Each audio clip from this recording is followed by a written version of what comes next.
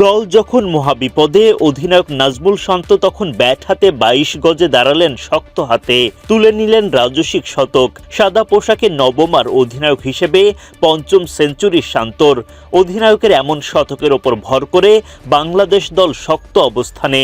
মহাখুশি শান্তর ভক্ত সতীর্থরা। শুক্রবার ঢাকা টেস্টে পাকিস্তানের বিপক্ষে মাঠে নামে বাংলাদেশ।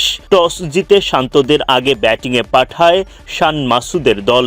বাংলাদেশের হয়ে ইনিংস শুরু করতে নামেন মাহমুদুল হাসান জয় ও সাদমান ইসলাম। শাহিন শাহ আফ্রিদির বলে বাউন্ডারিতে রানের খাতা খোলেন জয়। শাহিনের করা ইনিংসের পঞ্চম ওভারে ক্যাচের ফাঁদে পড়েন জয়, কিন্তু ফিল্ডারের ভুলে রক্ষা পান তিনি। কিন্তু শেষ পর্যন্ত সেই শাহিন আফ্রিদির বলেই উইকেট হারান এই ব্যাটার।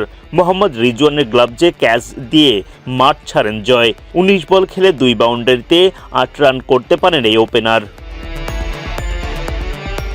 জয়ের মতো ব্যর্থ হন আরেক ওপেনার সাদমান ইসলামও। তিনি পড়েন হাসান আলীর বোলিং ফাঁদে। সালমান আলীর হাতে ক্যাচ দিয়ে মাঠ ছাড়েন। ৩০ বলে ২ বাউন্ডারিতে ১৩ রান করতে পারেন সাদমান। মাত্র ৩১ রানের মধ্যেই ২ ওপেনারকে হারিয়ে ফেলে বাংলাদেশ। এরপর জুটি গড়ে তোলেন অধিনায়ক নাজমুল শান্ত ও মুমিনুল হক। দলীয় ৫০ পার করে বাংলাদেশ।